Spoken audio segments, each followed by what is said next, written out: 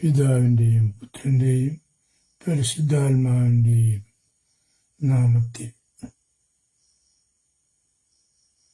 എന്നെ കേൾക്കുന്ന എൻ്റെ എല്ലാ പ്രിയ സഹോദരങ്ങൾക്കും ശാന്തിയും സമാധാനവും സന്തോഷവും സർവശക്തനായ ദൈവം പ്രദാനം ചെയ്യട്ടെ എന്ന് പ്രാർത്ഥിക്കുന്നു. പ്രിയരെ, ഇന്ന് ഭൂമിയിൽ ഏറ്റവും അധികം കേൾക്കുന്ന ഒരു വേദനാജനകമായ പരാതിയാണ് എത്രമാത്രം പ്രാർത്ഥിച്ചിട്ടും ദൈവം എൻ്റെ പ്രാർത്ഥന കേൾക്കുന്നില്ല.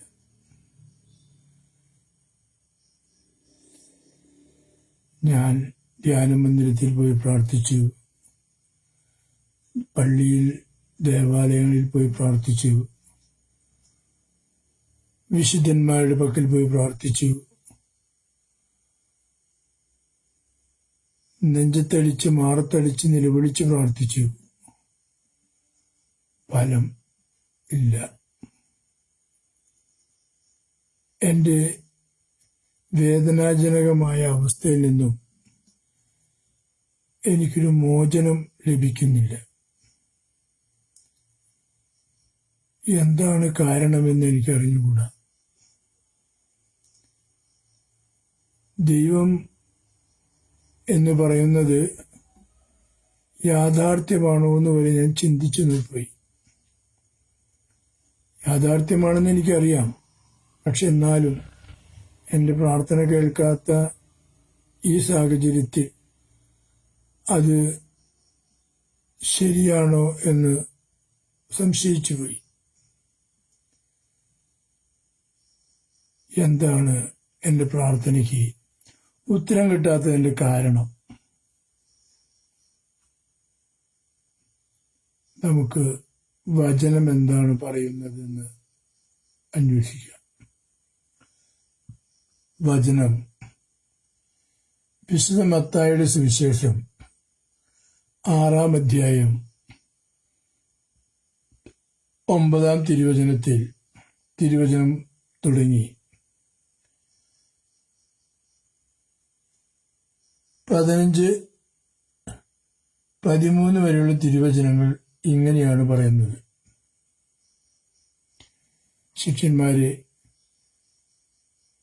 മിശിഹായുടെ ശിഷ്യന്മാര് യേശുദേവനോട് പറയുകയാണ്, ഞങ്ങളെ പ്രാർത്ഥിക്കാൻ പഠിപ്പിക്കണം. സ്നാപക യോഹന്നാന്റെ ശിഷ്യന്മാര് യോഹന്നാൻ പ്രാർത്ഥിക്കാൻ പഠിപ്പിച്ചതുപോലെ ഞങ്ങളെയും പ്രാർത്ഥിക്കാൻ പഠിപ്പിക്കണം. കർത്താവ് സമ്മതിച്ചു, പഠിപ്പിച്ചരാം. എന്താ പ്രാർത്ഥിക്കുമ്പോൾ നിങ്ങളിങ്ങനെ പ്രാർത്ഥിക്കാൻ പഠിപ്പിച്ചു. നിങ്ങൾ ഇപ്രകാരം പ്രാർത്ഥിക്കുവിൻ: സ്വർഗസ്ഥനായ ഞങ്ങളുടെ പിതാവേ. അതെ, സ്വർഗത്തിൽ വസിക്കുന്നവനായവൻ ഞങ്ങളുടെ പിതാവാണ് എന്ന് നാം ആദ്യം ഏറ്റുപറയണം.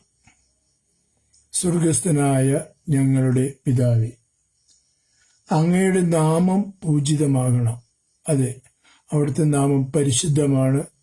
ആ നാമം പരിശുദ്ധമായിരിക്കണം. അങ്ങയുടെ രാജ്യം വരണമേ.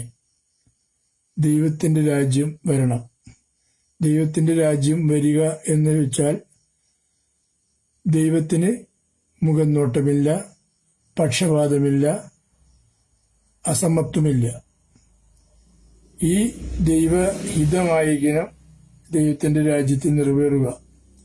അത് ഇവിടെ വരണം. പിന്നെ പറഞ്ഞത്, അങ്ങയുടെ ഹിതം സ്വർഗത്തിലെ പോലെ ഭൂമിയിലുമാകണമേ. അങ്ങയുടെ ഹിതം, ദൈവം എന്താഗ്രഹിക്കുന്നുവോ അത് സ്വർഗത്തിൽ എന്തായിരിക്കണമെന്ന് ആഗ്രഹിക്കുന്നുവോ അതുപോലെ ഭൂമിയിലും നിറവേറണം. അടുത്ത സ്റ്റെപ്പ്. അപ്പോൾ ഒരു സ്റ്റെപ്പ് കഴിഞ്ഞു. ഇതെല്ലാം ദൈവത്തിന് പുകഴ്ത്തിക്കൊണ്ട് ദൈവത്തെ സ്തുതിച്ചുകൊണ്ട് പോകുന്ന ആദ്യത്തെ സ്റ്റെപ്പാണ്. രണ്ടാമത്തെ സ്റ്റെപ്പ് ഇങ്ങനെ തുടങ്ങണേ: അന്നന്ന് വേണ്ടുന്ന ആഹാരം ഇന്ന് ഞങ്ങൾക്ക് നൽകണമേ. അന്നന്ന് വേണ്ടുന്ന ആഹാരം എന്ന് വെച്ച് കഴിഞ്ഞാൽ നാളേക്ക് ആഹാരം ഇല്ല, ഇന്നത്തെ ആഹാരം ഇന്ന് ഞങ്ങൾക്ക് തരണം. ഇതിന് വലിയൊരു വേറെ അർത്ഥം കൂടിയുണ്ട് കേട്ടോ. നമ്മൾ വിചാരിക്കും ഞം അടിക്കേണ്ട കാര്യമാണ് അന്നന്ന് വേണ്ട ആഹാരം കൊണ്ട് കർത്താവ് ഉദ്ദേശിച്ചത്. അല്ല, അന്നന്ന് വേണ്ടുന്ന ആഹാരം കൊണ്ട് കർത്താവ് ഉദ്ദേശിച്ചത് കർത്താവ് വലിയൊരു വിരുന്നൊരുക്കാൻ പോകുന്നുണ്ട്. പിതാവായ ദൈവം മനുഷ്യമക്കൾക്ക് വേണ്ടി വലിയൊരു വിരുന്നുശാല ഒരുക്കുന്നുണ്ട്, തയ്യാറാക്കുന്നുണ്ട്. ആ വിരുന്നാണ് ഈ അന്നന്ന് വേണ്ടുന്ന ആഹാരം. അത് ഞങ്ങൾക്ക് തരണമേ എന്നാണ് പ്രാർത്ഥിക്കുന്നത്. അന്നന്ന് വേണ്ടുന്ന ആഹാരം. അപ്പോൾ നീ ഈ പ്രാർത്ഥന പ്രാർത്ഥിക്കുമ്പോൾ ദൈവം നിനക്ക് ആത്മീയവും ശാരീരികവുമായി വിരുന്ന് തരും. അന്നന്ന് വേണ്ടുന്ന ആഹാരം ഞങ്ങൾക്ക് തരണമേ. ഞങ്ങളുടെ കടക്കാരോട്, ഇതൊരു കെണിയാണ്. ഇതാണ് നിന്റെ പ്രാർത്ഥന കേൾക്കാതിരിക്കാനുള്ള കാരണം. ശ്രദ്ധിച്ചു കേട്ടോ, വ്യക്തമായിട്ട് മനസ്സിലാക്കണം, ഹൃദയത്തിൽ ഇത് എഴുതി വെക്കണം. ഞങ്ങളുടെ കടക്കാരോട് ഞങ്ങൾ ക്ഷമിച്ചതുപോലെ, ഞങ്ങളുടെ കടക്കാരോട് ഞങ്ങൾ ക്ഷമിച്ചതുപോലെ ഞങ്ങളുടെ കടങ്ങൾ ഞങ്ങളോടും ക്ഷമിക്കണമേ.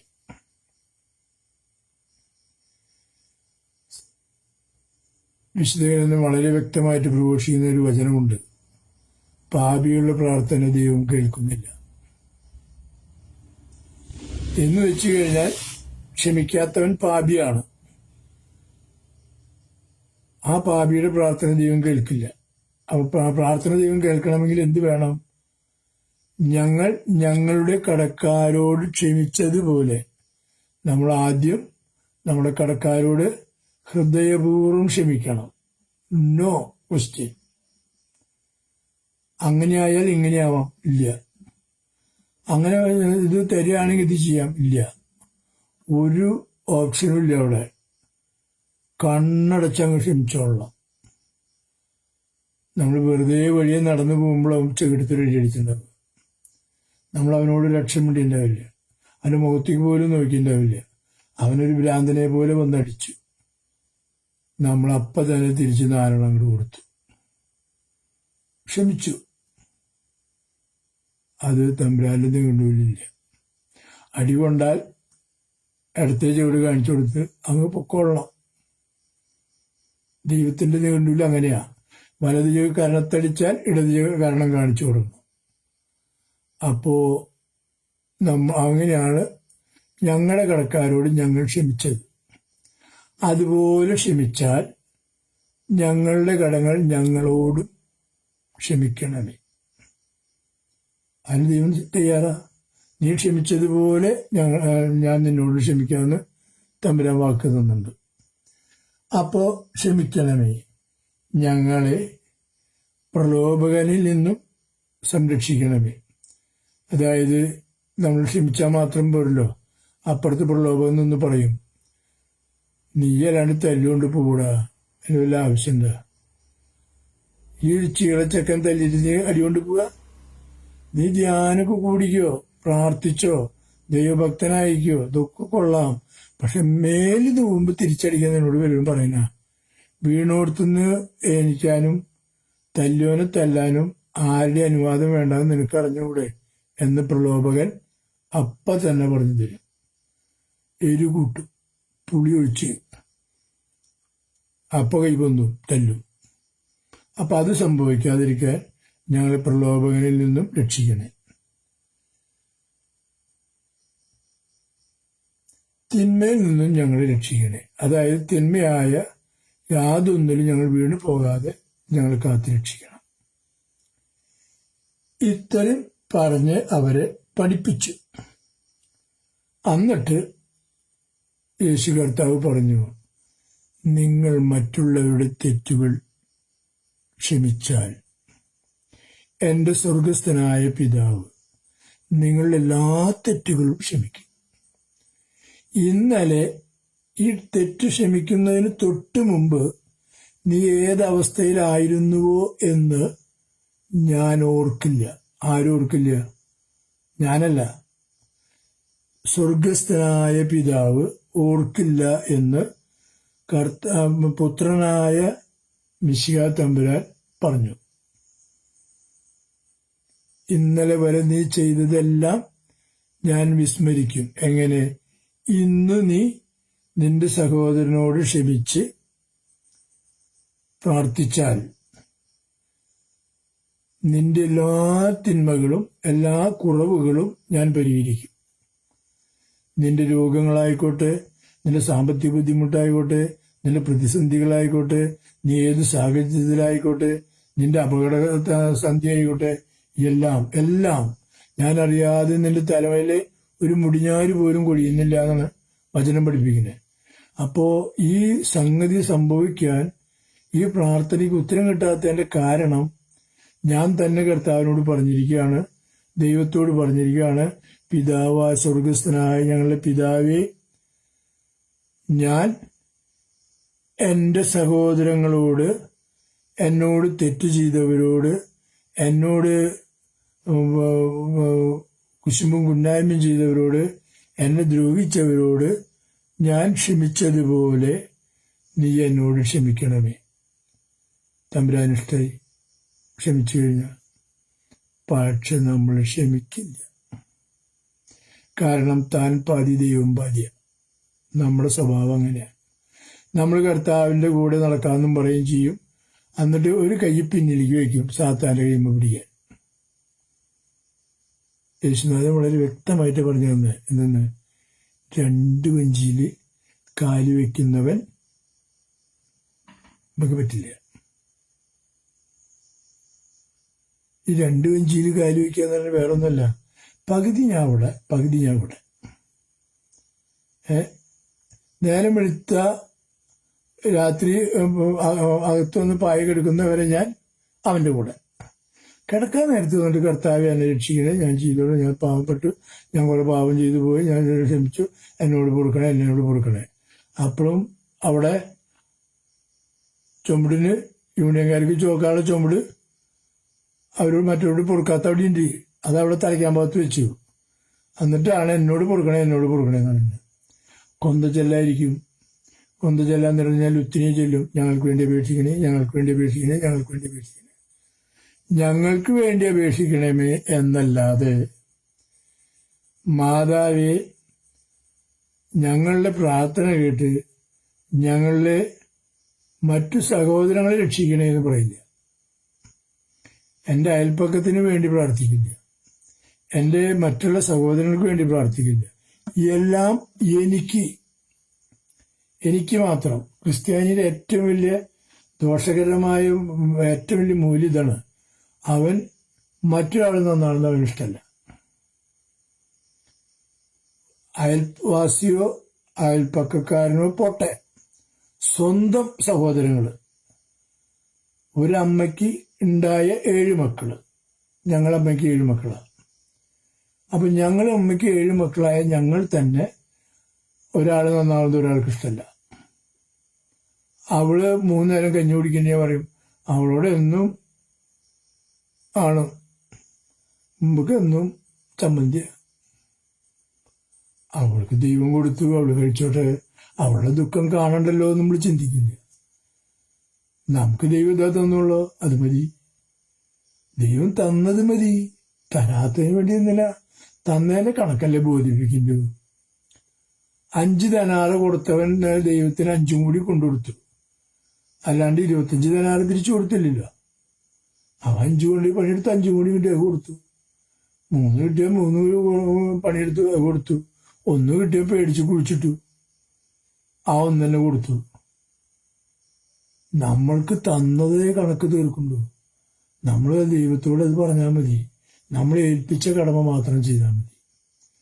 അപ്പോ നമ്മൾ പ്രാർത്ഥിക്കാൻ ബാധ്യസ്ഥരാണ്. മാതാവ് നമ്മുടെ പ്രാർത്ഥന കേൾക്കില്ല, മറ്റൊന്നുമല്ല. കാരണം മാതാവ് തൊട്ടരികത്തിരിക്കുമ്പോൾ 9 മാസം ചുമന്ന് പ്രസവിച്ച അമ്മ, പെറ്റമ്മ തൊട്ടരികത്തിരിക്കുമ്പോൾ അമ്മേനെ അവിടെ ഇരുത്തിട്ട് വയസ്സായി, അമ്മ ഇവിടെ ഇരിക്കുക. ഞങ്ങള് ശനിയാഴ്ച വെള്ളിയാഴ്ച വൈകുന്നേരം പോയാൽ ഞായറാഴ്ച വൈകുന്നേരം ഇവിടെ എത്തും, അല്ലെങ്കിൽ തിങ്കളാഴ്ച കാലത്തെത്തും. വേളാങ്കണ്ണിക്ക് പോവാണ് മാതാവിനെ കാണാനേ. നീ അവിടെ ചെല്ലുമ്പോൾ ഇയാളവിടെ ഉണ്ടാവില്ല. കാരണം നീ വയസ്സായ അമ്മേനെ അപ്പനോട് ആയിട്ട് പോയാണ്, അവരെ നോക്കാൻ ഒരാൾ വേണ്ടേ. നീ അങ്ങോട്ട് പോകുമ്പോൾ അവിടെയുള്ള അമ്മ പറയും, മോനെ നീ ഇവിടെ ഇരിക്കില്ല, അവിടെ ഒരു അപ്പനമ്മ ആരും ഇല്ലാണ്ടിരിക്കുന്നുണ്ട്, അവർക്ക് ഇങ്ങോട്ട് പോരും. അപ്പം ഞാൻ അവരെ എത്തിച്ചല്ലട്ടെ, അവർക്ക് ആരുമില്ല, എന്നുകൊണ്ട് അങ്ങേരും ഇങ്ങോട്ട് പോരും. ഒരു കാര്യമില്ല. നീ സമ്പാദിച്ച പണം ദൂർത്തടിക്കാം എന്നല്ലാതെ നിന്റെ പ്രാർത്ഥനയ്ക്ക് യാതൊരു നീതീകരണവും കിട്ടില്ല, ഉത്തരവും കിട്ടില്ല. വളരെ വ്യക്തമായിട്ട് കർത്താവ് ഇങ്ങനെ പറഞ്ഞ്. ആ ചുങ്കക്കാരൻ ഏറെ പ്രാർത്ഥിച്ചു. അവൻ ദേവാലയത്തിന് പുറത്തു നിന്നിട്ട് പ്രാർത്ഥിച്ചേ. കാരണം അവനറിയാം, ഞാൻ മഹാപാപിയാണ്, ഈ ദേവാലയത്തിൽ ഇരിക്കുന്നവരെല്ലാവരും വിശുദ്ധരാ, അവരുടെ കൂടെ നിൽക്കാനുള്ള യോഗ്യത എനിക്കില്ല. അതുകൊണ്ട് അവൻ പുറത്തു നിന്നിട്ട് നെഞ്ഞത്തടിച്ച് മാറത്തടിച്ച് നിലവിളിച്ച് പറഞ്ഞു, പിതാവായ ദൈവമേ, ഞാൻ പാപി, ഒരുപാട് തിന്മകളാണ് ഞാൻ ചെയ്തിരിക്കുന്നത്, ഒരുപാട് തിന്മകൾ ഞാൻ ചെയ്തിട്ടുണ്ട്, എന്നോട് ക്ഷമിക്കണേ, എന്നോട് പൊറുക്കണേ. അവരുടെ കൂട്ടത്തിൽ കയറി വന്നു നിന്ന് നിന്നെ സ്തുതിക്കാൻ ഞാൻ യോഗ്യനല്ല, നിന്റെ നാമം അതിരം കൊണ്ട് ഏറ്റുപറയാൻ ഞാൻ യോഗ്യനല്ല, കാരണം എൻ്റെ ഹൃദയം നിറയെ പാപമാണ്, പാപഭാരത്താൽ എൻ്റെ ശിരസ് വീണുപോയി എന്ന് പറഞ്ഞവൻ നിലവിളിച്ചു. ദൈവം ആ പ്രാർത്ഥന കേട്ടു. ദൈവം കീഴ്പ്പെട്ടു നോക്കിയിരിക്കുക, തന്നെ അന്വേഷിക്കുന്നവരാരെങ്കിലും ഉണ്ടോ എന്ന് നോക്കിയിട്ടിരിക്കുന്നത്. കീഴ്പ്പെട്ടു നോക്കുമ്പോൾ ആരും കാണാനില്ല. ഒരുപാട് ക്രിസ്ത്യാനികളുണ്ട്. ആദിമ ക്രിസ്ത്യാനികള്, അതായത് തമ്പുരാൻ കർത്താവ് സ്വർഗത്തിലേക്ക് ഉയർത്തിപ്പോയപ്പോ പത്രോസിൽ ആദ്യം മാമോദീസ മുഖ്യ തറവാട്ടുകാർ വരെ ഇവിടെ ഉണ്ട്. പക്ഷെ തമ്പുരാൻ നോക്കിയപ്പോ കാണാനില്ല. എന്നെ അന്വേഷിക്കുന്നവരാരെങ്കിലും ഉണ്ടോ എന്ന് ദൈവം നോക്കിക്കൊണ്ടിരിക്കുക, ആരും കാണുന്നില്ല. അവിടുന്ന് പിന്നെ എന്ത് ചെയ്യും? അന്വേഷിക്കുന്നവർക്കല്ലേ എന്തെങ്കിലും കൊടുക്കാൻ പറ്റുള്ളൂ. അതെ, അവിടെ ഒരാൾ വിഷമിച്ച് തന്നെ നിലവിളിക്കണ്ടേ, ഒരാൾ രോഗിയായിട്ട് തന്നെ നിലവിളിക്കണ്ടേ, അവനെന്തെങ്കിലും ചെയ്ത് കൊടുക്കണമെന്ന് വിചാരിക്കണമെങ്കിൽ ആവശ്യപ്പെടണ്ടേ? ആവശ്യപ്പെടണില്ല. അപ്പോഴാണ് നാം പറയുന്നത് എൻ്റെ പ്രാർത്ഥന കേൾക്കുന്നില്ല. പ്രാർത്ഥന നീ പ്രാർത്ഥിക്കാണ്ടല്ല വിഷയം. നിന്റെ പ്രാർത്ഥന ദൈവസന്നിധിയിലേക്ക് എത്തണമെങ്കിൽ നീ നിന്റെ സഹോദരങ്ങളോട് ആദ്യം പൊറുക്കണം. അത് നിനക്ക് പറ്റില്ല. ഞാൻ എൻ്റെ ചെവിയാലെ കേട്ടിട്ടുണ്ട്, എൻ്റെ കഴുത്ത് മുറിച്ചാലും ഞാൻ ക്ഷമിക്കില്ല. കാരണം ഞാൻ തെറ്റ് ചെയ്തില്ല, ഞാൻ നിരപരാധി തന്നെയാ, അത് വാസ്തവമാണ്, നിരപരാധിയാ, തെറ്റ് ചെയ്തിട്ടില്ല. അവരെന്നെ ഇങ്ങോട്ട് വന്ന് ദ്രോഹിച്ചതാ, അതും ശരിയാണ്. പക്ഷെ തമ്പുരാൻ അവിടെ പറഞ്ഞതല്ല, നിന്നെ ദ്രോഹിച്ചവരോട് നീ ആദ്യം ക്ഷമിക്കണം, നിന്റെ വലത്ത് ചേർത്ത് അടിച്ചവന് ഇടത്ത് ചേട് കാണിച്ചു കൊടുക്കണം, എന്നിട്ട് നീ എൻ്റെ എഴുതിയുക, പ്രതികാരം എനിക്കുള്ളതാണ്, അത് എനിക്ക് വിട്ടുതരിക, ഞാൻ ചെയ്യും പ്രതികാരം. നീ അത് വിട്ടുകൊടുത്തു വയ്ക്കുക. നീ അത്, ദൈവമേ, നിന്റെ നാമമഹത്വത്തിനായി നീ പറഞ്ഞ വചനം കാത്തു സംരക്ഷിക്കാൻ നിന്റെ തിരുമൊഴി ഞാൻ സ്വീകരിച്ചുകൊണ്ട് അവൻ എന്നെ അടിച്ചു, ഞാൻ നിന്നെ പ്രതി ക്ഷമിച്ചു. അവന്റെ അറിവില്ലായ്മയ്ക്ക് മാപ്പ് കൊടുക്കണേ. സ്വന്തം പുത്രൻ അങ്ങനെയാ പറഞ്ഞേ. കുരിശുമ്മ കിടന്നുകൊണ്ട് കർത്താവ് ഈശോമിശ രണ്ട് കയ്യില് ഉള്ളനടിയിലൊക്കെ ആണി കൈത്തണ്ട് രണ്ടുപേരും കെട്ടിയിട്ടുണ്ട്. ആണി അടിച്ച് ഉള്ളനടിയിലടിച്ച് കീറിപ്പോരും. അത് പോരാണ്ടിരിക്കാൻ കൈത്തണ്ട ക്ലോസുമ്മ വെച്ച് കെട്ടിയിട്ടുണ്ട്. അവിടെ കിടന്നിട്ട് ഇങ്ങനെ നിലവിളിച്ചു. അതായത് ഒന്ന് പെടയാൻ പോലും സാധിക്കില്ല. ചിന്തിച്ചു നോക്കിണ്ട് നിങ്ങളൊന്ന് ഇമാജിൻ ചെയ്ത് നോക്കി. കുരിശുമേ കിടക്കുന്ന ക്രിസ്തുവിന് 2 കൈത്തണ്ട ആ മരത്തിൻ്റെ 2 അറ്റങ്ങളിൽ പിടിച്ച് കെട്ടിയിരിക്കുന്നു. ഈ കൈയിൻ്റെ ഉള്ളനടിയോടെ അടിച്ച ആണി അതിൻ്റെ മറുപുറം അപ്പുറത്തേക്ക് വന്നിട്ടുണ്ട്. അപ്പോൾ അവർക്ക് കെട്ടാൻ എളുപ്പമായി, ലൂസാവില്ല. അപ്പോൾ കയ്യാനക്കാൻ പറ്റില്ല, തണ്ടാനെങ്കിലല്ലോ. ഭാരം മുഴുവൻ കീഴ്പിട്ട് 2 കാലിൻ്റെ 2 പാദത്തിൻ്റെ മുകളിൽ പാദം കയറ്റി വെച്ച് ആ മുട്ടിയുമിലേക്ക് അവിടെ ആണി അടിച്ച് വെച്ചു. കുടയാൻ പറ്റുമോ? കുടയാൻ പറ്റില്ല. എന്തു സംഭവിക്കും? അവിടെ നിന്ന് കിടന്ന് പൊരിയാണ്, വേദന കൊണ്ട് പൊരിയാണ്. ആ പൊരിച്ചിലാണ് അവിടുന്ന് പറയുന്നത്, പിതാവേ,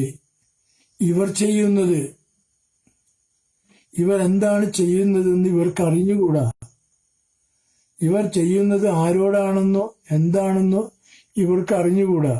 ഈ കുറ്റം ഇവരുടെ മേൽ ചുമത്തരുതേ, ഇവരോട് ക്ഷമിക്കണമേ. നമുക്ക് പറ്റൂ? നമുക്ക് പറ്റാത്തതാ, നമുക്ക് സാധിക്കാത്തതാ. ദൈവത്തിന് സാധിക്കുമെന്ന് മനുഷ്യനായി അവതരിച്ചു വന്നിട്ട് മനുഷ്യനായി നിന്നുകൊണ്ട് പൂർണ്ണ മനുഷ്യനായിരുന്നു, മജ്ജയും മാംസമുള്ളവനായിരുന്നു. എന്നിട്ടാണ് കുരിശുമരണം സഹിച്ചത്. അത് സഹിച്ചിട്ടാണ് ഇങ്ങനെ പറഞ്ഞത്, അതാണ് ഞങ്ങളോട് തെറ്റ് ചെയ്തവരോട് ഞങ്ങൾ ക്ഷമിച്ചതുപോലെ എന്നുള്ള വാക്യം. പിന്നെ നീ എന്ത് ചോദിച്ചോ? നീ എന്ത് ചോദിച്ചാലും കിട്ടും. പിന്നെ അടുത്ത വചനം ഇങ്ങനെ പറയണേ, ചോദിക്കുവിൻ നിങ്ങൾക്ക് ലഭിക്കും. പിന്നെ തുടങ്ങുന്നത് മത്തായി 7:7 പറയുന്നത് ഇങ്ങനെയാ, മിശിഹ എങ്ങനെയാ പഠിപ്പിക്കുന്നത്? ചോദിക്കുവിൻ നിങ്ങൾക്ക് കിട്ടും. ഈ പ്രാർത്ഥനയുടെ ശക്തി അത്.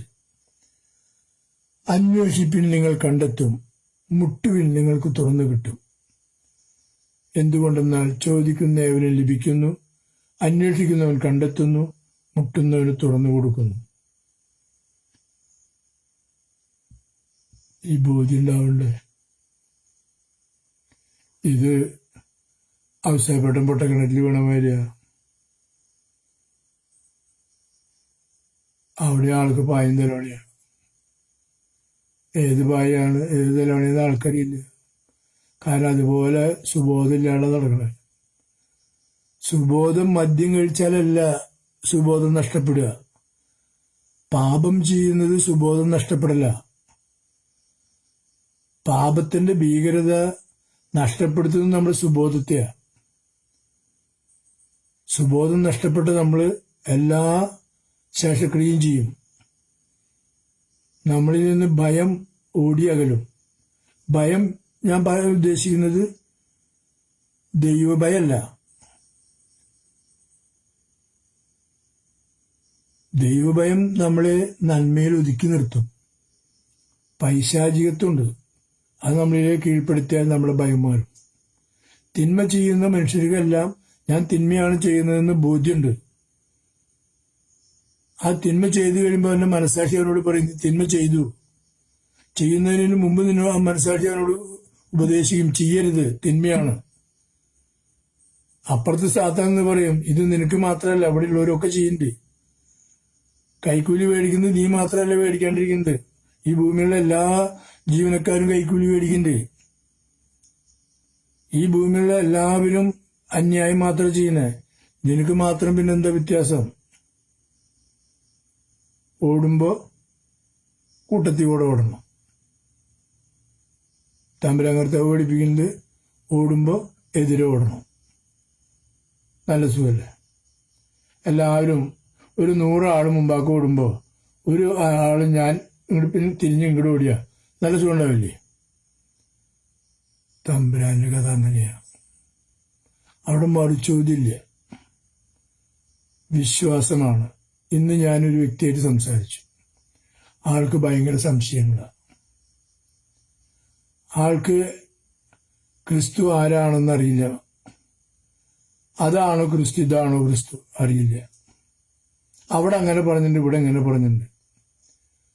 എന്തിനാ അവിടെ ഇവിടെയും പറഞ്ഞത് കേൾക്കണേ? വിശ്വാസം എന്നത് ഇരുട്ടിലേക്ക് ചാടുന്നതിന് തുല്യ.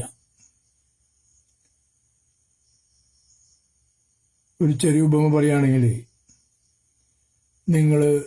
നിങ്ങളുടെ ഒരു 2 വയസ്സോ 3 വയസ്സോ ഉള്ള ഒരു കൊച്ചിനെ നിങ്ങളുടെ വീടിന്റെ സൺഷെയ്ഡിൽ നിർത്തുക.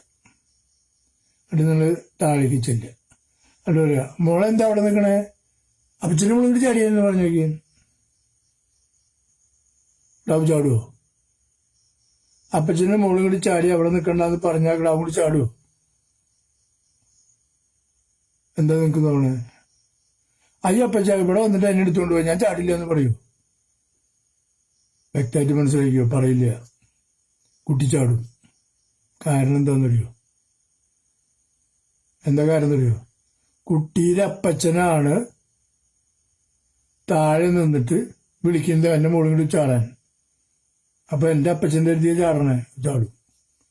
ഇതാണ് വിശ്വാസം. ബുദ്ധിയുണ്ടെന്ന് ഊറ്റം കൊള്ളുന്ന മനുഷ്യനെ വിശ്വാസം അവന്റെ പൊട്ടത്തര. ബുദ്ധിയില്ലാത്ത മനുഷ്യനാണ് വിശ്വാസം കൈക്കൊള്ളുന്നതെങ്കിൽ അവൻ ചാടിയിരിക്കും. യുക്തി നോക്കുമ്പോൾ വിശ്വാസം വഴിമാറിപ്പോകും. കാരണം വിശ്വാസത്തിന് യുക്തിയില്ല. വിശ്വാസത്തിന് ഒന്നേ ചെയ്യാൻ പറ്റുള്ളൂ, കണ്ടും പൂട്ടി അങ്ങ് വിശ്വസിക്കുക. ഞാൻ ദൈവത്തെ കണ്ടിട്ടില്ല, പക്ഷെ എന്റെ മാതാപിതാക്കൾ പറഞ്ഞതിന്റെ ദൈവം ഉണ്ടെന്ന്. ദൈവം ഇങ്ങനെ ഒരാളുണ്ടെന്ന് പറഞ്ഞു തന്നുണ്ട്. പിന്നീട് വളർന്നു വന്നപ്പോൾ എന്റെ ജീവിതാനുഭവത്തിൽ ഞാൻ അവനെ കണ്ടു. പല സാഹചര്യങ്ങളിലും ഞാൻ അവനെ നേരിട്ട് കണ്ടുമുട്ടി.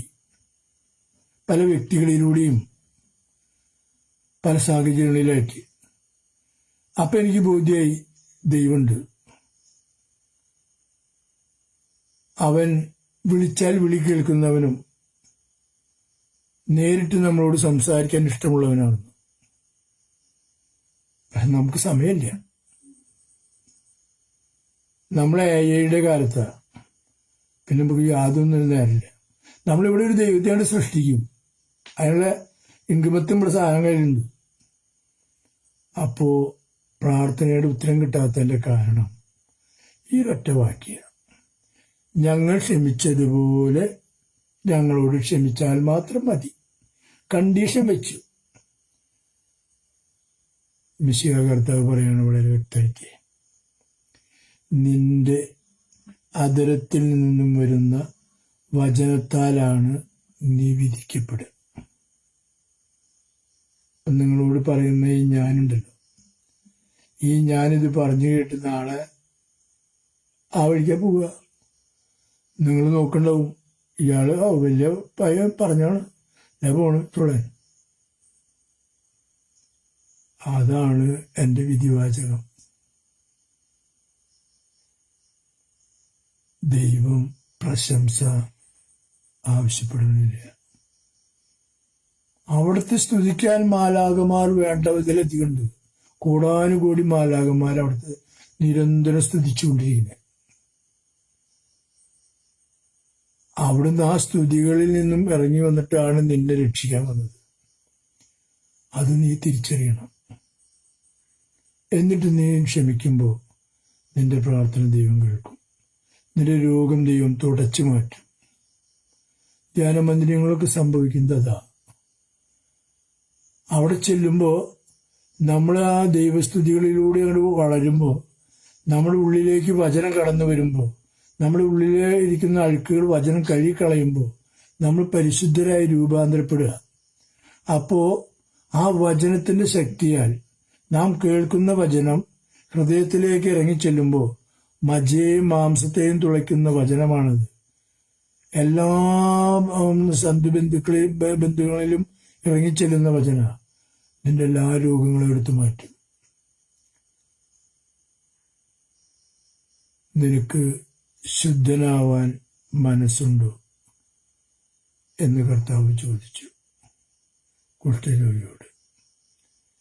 അവൻ പറഞ്ഞു, കർത്താവേ, എനിക്ക് ശുദ്ധി വേണം. ശുദ്ധി കൊടുത്തു. തമ്പുരാൻ കർത്താവ് വഴി നടക്കുമ്പോൾ കണ്ടമാന രോഗികളുണ്ടായിരുന്നു. എല്ലാവരും അവനിൽ നിന്നത് ആഗ്രഹിച്ചിരുന്നു. നമ്മളവനെ കണ്ടുമുട്ടുണ്ട്, നമ്മളത് ആഗ്രഹിക്കുന്നില്ല. ഇന്നൊരു ഞായറാഴ്ചയായിരുന്നു. ഞാൻ എൻ്റെ ഇടവകപ്പള്ളിയിൽ 4-5 കുർബാനയുണ്ടായിരുന്നു. നിങ്ങളൊന്ന് അന്വേഷിച്ച് നോക്കിയാലേ ഇന്ന് കുർബാന കാണാത്തവരനവധി. പന്തുകളി കാണണം. നാളെ പന്തുകളില്ലേ, ലൈവ് കാണണം. അപ്പൊ കുർബാന മാറ്റി വെച്ചു. സിനിമ ലൈവ് കാണണം, കുർബാന മാറ്റി വെച്ചു. നാളില്ല. അടുത്ത നിമിഷം നിന്റെ ജീവിതത്തിൽ എന്ത് സംഭവിക്കുമെന്ന് നിനക്കറിയില്ല. എന്നിട്ട് നീ ഊറ്റം കൊള്ളുക, പോക്കറ്റടിച്ചും തട്ടിപ്പറിച്ചും കൈക്കൂലി മേടിച്ചും മറ്റുള്ളവന് ഒറ്റിക്കൊടുത്തും പണം സമ്പാദിച്ച് ശരീരം വിറ്റും മനസ്സ് വിറ്റും സമ്പാദിച്ചു കൂട്ടുക. എന്തെങ്കിലും 1 രൂപ, 1 ഒറ്റ പൈസ ഈ ശ്വാസം നിന്നാ കിട്ടുമോ? പൊന്നു സഹോദര, നീ ഉള്ളിലേക്ക് വലിച്ച ശ്വാസം പുറത്തേക്ക് വന്നില്ലെങ്കിൽ നീ ഏറ്റവും പ്രിയപ്പെട്ടതെന്ന് കരുതുന്ന നിന്റെ ഭാര്യ, അല്ലെങ്കിൽ നിന്റെ അമ്മ, അല്ലെങ്കിൽ നിന്റെ അച്ഛൻ, അല്ലെങ്കിൽ നിന്റെ മക്കള് അന്നേരം 2 ഉരുള പഞ്ഞിയെടുക്കും, മരിച്ചുന്നുണ്ട്, മൂക്കി കേട്ടു. ഇനി അഥവാ എവിടെയെങ്കിലും ഒളിച്ചിരിക്കുകയാണെങ്കിൽ വേറെ അകത്തേക്ക് വരണ്ട. മനസ്സിലായ? എന്നിട്ടും നിന്നെ വിടില്ല അവര്. ഇതൊക്കെ ചെയ്യുന്നത് അയൽപ്പക്കക്കാരല്ല, നിന്റെ എന്ന് നീ വിളിക്കുന്ന പേര് ചൊല്ലി വിളിക്കുന്നവരെ ചെയ്യുക. നിന്റെ ഈ 2 പേരില് ഇതിങ്ങനെ വെച്ച് കിട്ടും. പിന്നെ കൈ കൊണ്ടൊന്നും ചെയ്യാൻ പറ്റില്ല. മനസ്സിലായ? എന്നിട്ട് അവര് വിടില്ല. ഈ തണ്ടേമ കൂടി കിട്ടും. എന്നിട്ട് പറയും കുരിശ് പിടിപ്പിച്ചതാണ്, ഒരു കുരിശും വെച്ച് തരുമില്ല. എന്നാലും വിടില്ല.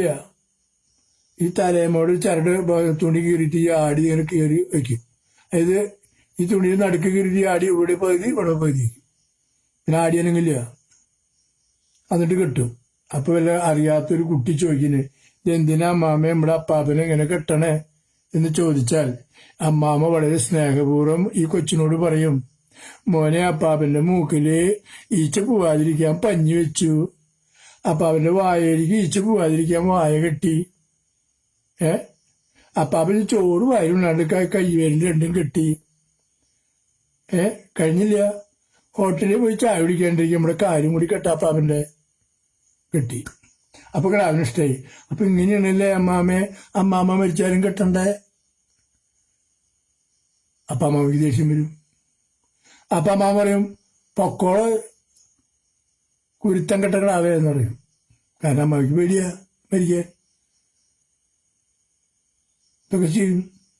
എന്നിട്ടൊന്നും അമ്മാമ്മ അടങ്ങില്ല കേട്ടാ. അമ്മാമ്മ അങ്ങനെ കെട്ടത് കഴിഞ്ഞ് നോക്കുമ്പോഴാണ് അപ്പുറത്തെ മറിയം വരുന്നത്. നീ മറിയേ, ഇന്നലെ ചോറ് വാരി ഉണ്ണുമ്പോ 1 ഉരുള എനിക്ക് തന്നൊരു മറിയ എന്നിട്ട് ഒറ്റടിയാ. അടി കണ്ടാൽ നമ്മൾ വിചാരിക്കും നെഞ്ചിപ്പ പൊളിയുന്നു. അമ്മാമ്മ നെഞ്ചിട്ടടിക്കുന്നത് ഇതിങ്ങനെയാ, ഈ കൈ ഉണ്ടല്ലോ ഇങ്ങനെ പൊത്തി പിടിച്ച് കണ്ടോ അതുകൊണ്ട് അടിക്കുക. അപ്പൊ അവിടെ ഏൽക്കില്ല, നമുക്കറിയില്ലല്ലോ. പൊന്നു സഹോദര, ഇവരെയാണ് നീ സ്നേഹിച്ചത്. ഇവരെയാണ് നീ കണ്ണിലുണ്ണിയായ കൃഷ്ണമണിയായി കരുതിയത്. നീ ആദ്യം സ്നേഹിക്കേണ്ടത് നിന്റെ ദൈവത്തെയായിരുന്നു. 1-ാം പ്രമാണം വളരെ വ്യക്തമായി പഠിപ്പിക്കുകയാണ്, ഞാനല്ലാതെ മറ്റൊരു ദൈവം നിനക്കുണ്ടാകരുത്. മറ്റൊരു ദൈവം നിനക്കുണ്ടാകരുത് എന്ന് പറയുമ്പോൾ കാണപ്പെടാത്ത ദൈവത്തിനേക്കാൾ ഉപരി കാണപ്പെടുന്ന ഭാര്യയ്ക്കോ മക്കൾക്കോ സ്ഥാനം കൊടുത്താൽ ദൈവത്തിന്റെ സ്ഥാനം പോയി. അത് ദൈവം ആഗ്രഹിക്കുന്നില്ല. എന്താ ദൈവം പക്ഷപാതം കാണിക്കുന്നത് ചോദിക്കാൻ അർഹതയില്ല. കൊശവനോട് കലം ചോദിക്കുമോ, എന്തുകൊണ്ട് നീ എന്നെ വട്ടക്കോളമ്പേക്കിട്ട് ഉണ്ടാക്കി, എന്തുകൊണ്ട് നീ എന്നെ അരിപ്പക്കലാക്കി ഉണ്ടാക്കിയില്ല എന്ന് ചോദിക്കാൻ പറ്റുമോ? ഇനി അരിപ്പക്കലാക്കി ഉണ്ടാക്കിയ കൊശവന്റെ മൺചട്ടീനെ, വട്ടക്കോളാമ്പേക്ക് ഉണ്ടാക്കിയ മൺചട്ടീനെയും കൊശവന് വ്യത്യാസമുണ്ട്, വേറുകൂറുണ്ടോ? കൊശവന്റെ വട്ടക്കോളാമ്പല്ല, നാളെ തല്ലുടച്ച കളയാന്ന് ഉടച്ചു വയ്ക്കാൻ കൊശവന്റെ വീട്ടിൽ നായ്ക്കളുണ്ടാവും, അപ്പഴിച്ചിടും. കൊശവന് തന്റെ സൃഷ്ടി വലുതാ, ദൈവത്തിനും അങ്ങനെയാ. അപ്പൊ പ്രാർത്ഥനയ്ക്ക് ഉത്തരം കിട്ടാത്തതിന്റെ കാരണം നമ്മൾ കണ്ടീഷൻ വെച്ചതുകൊണ്ടാണ്. എന്നും പ്രാർത്ഥിക്കുമ്പോൾ കണ്ടീഷൻ വെക്കുക. പിന്നെ നമ്മുടെ കയ്യിലുള്ള സ്വഭാവം, അവൻ 2 നില വീട് പണിത് കർത്താവേ, ഞാൻ കുടില്ല കിടക്കണേ. അവൻ 2 നില വീട് പണിതിട്ട് കിടക്കണമെങ്കിൽ അവന്റെ ഉറക്കം അന്നേ പോയി. അവൻ പായ കിടക്കയിൽ തിരിഞ്ഞും പറഞ്ഞും കിടക്ക, AC ഇട്ടു, PC ഇട്ടു, ഒക്കെ ഇട്ടു, ഉറക്കം കിട്ടുന്നില്ല. വാച്ചെടുത്ത് നോക്കി, മണി 2 ഇനി 2 മണിക്കൂറിന് നേരം വിളിക്കൊണ്ടിരുന്നു. നിങ്ങൾ തെറ്റിദ്ധരിക്കേണ്ട. ഒരൊറ്റ സാമ്പത്തിക ഭദ്രതയുണ്ടെന്ന് ചിന്തിക്കുന്നവരാരും, നിങ്ങൾ ചിന്തിക്കുന്നല്ല, സ്വയം ചിന്തിക്കുന്നവർ ആരും രാത്രി ഉറങ്ങാൻ പറ്റില്ല. ഇന്നത്തെ കാലഘട്ടം അങ്ങനെയാ. മനസ്സിലായോ? അപ്പൊ ഇതുള്ളൂ, ഇത്രയുള്ള കാര്യം. അപ്പൊ അതുകൊണ്ട് നമ്മുടെ പ്രാർത്ഥന കേൾക്കാൻ നമ്മളോട് കർത്താവ് ക്ഷമിക്കുക, നമുക്ക് അങ്ങോട്ട് ക്ഷമിക്കുക, നിരുപാധികം. നമുക്കൊന്നും വേണ്ട. നിങ്ങളൊന്ന് ചിന്തിച്ചു നോക്ക്. നിങ്ങൾ ക്ഷമിക്കാൻ തുടങ്ങും എന്ന് ചിന്തിക്കുമ്പോഴേക്കും കർത്താവ് നിങ്ങളുടെ മടിശീല നടച്ചിടും. അത്ര സമ്പത്തിന്റെ ഉടമ എൻ്റെ അപ്പൻ. എന്നെ സ്നേഹിക്കുന്നേക്കാൾ ഉപരിയാ നിങ്ങളെ സ്നേഹിക്കണേ. ഞാൻ പിന്നെയും തിന്മ ചെയ്യണ്ടെന്നുള്ളത് എൻ്റെ അപ്പനറിയാം. നിങ്ങളൊരു തിന്മയും ചെയ്യില്ല എന്ന് എൻ്റെ അപ്പന് ബോധ്യ. അതാണ് എൻ്റെ അപ്പന്റെ പ്രത്യേകത. അപ്പൊ അതുകൊണ്ട് ഈ കണ്ടീഷൻ ഓർമ്മ വെച്ചുകൊണ്ട് നമുക്ക് ആദ്യം ക്ഷമിക്കാം, എന്നിട്ട് പ്രാർത്ഥിക്കാം. പിന്നെ നമ്മുടെ ഓരോ പ്രാർത്ഥനയും ദൈവമേ നിന്റെ രാജ്യം വരണമേ എന്നോണം. നിന്റെ രാജ്യം വരിക എന്ന് പറഞ്ഞു കഴിഞ്ഞാൽ ദൈവരാജ്യത്തില് നമ്മുടെ ഇവിടെ കാണുന്ന രാഷ്ട്രീയക്കാരൊന്നുമില്ല.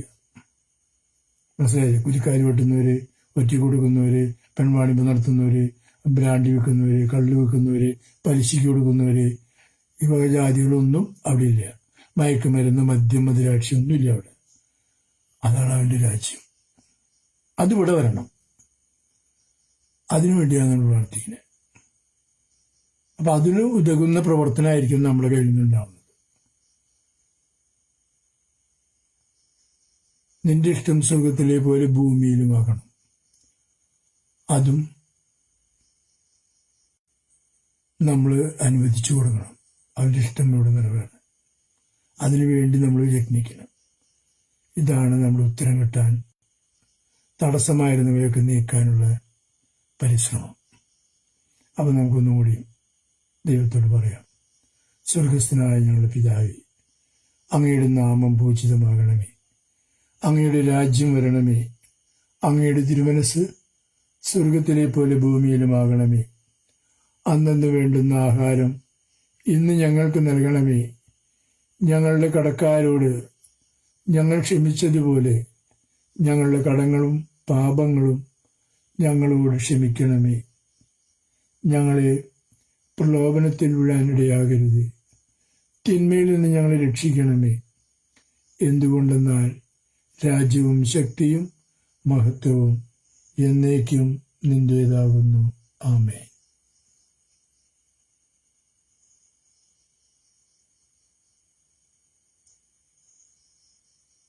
ഇനി കിടന്നുറങ്ങി വയ്ക്കുകയും ഭയങ്കര സുഖമായിരിക്കും. ഉറങ്ങാൻ നേരത്ത് എനിക്ക് എൻ്റെ ചെറുപ്പത്തിൽ എൻ്റെ അപ്പൻ്റെ അടുത്ത് കിടന്നുറങ്ങാൻ ഇഷ്ടം. അപ്പനില്ലാത്ത ദിവസം ഞാൻ എൻ്റെ അമ്മേനെ അപ്പൻ്റെ അമ്മയുടെ അടുത്ത് കിടന്നുറങ്ങുക. മനസ്സിലായ? അപ്പം അതിന് കഴിഞ്ഞ് ഞാൻ വളർന്നു വന്നു, വലുതായി. ഇന്നും ഞാൻ എൻ്റെ അപ്പൻ്റെ അടുത്ത് കിടന്നുറങ്ങുക. എൻ്റെ അപ്പം മരിച്ചിട്ട് 2001 മരിച്ചതാണ്.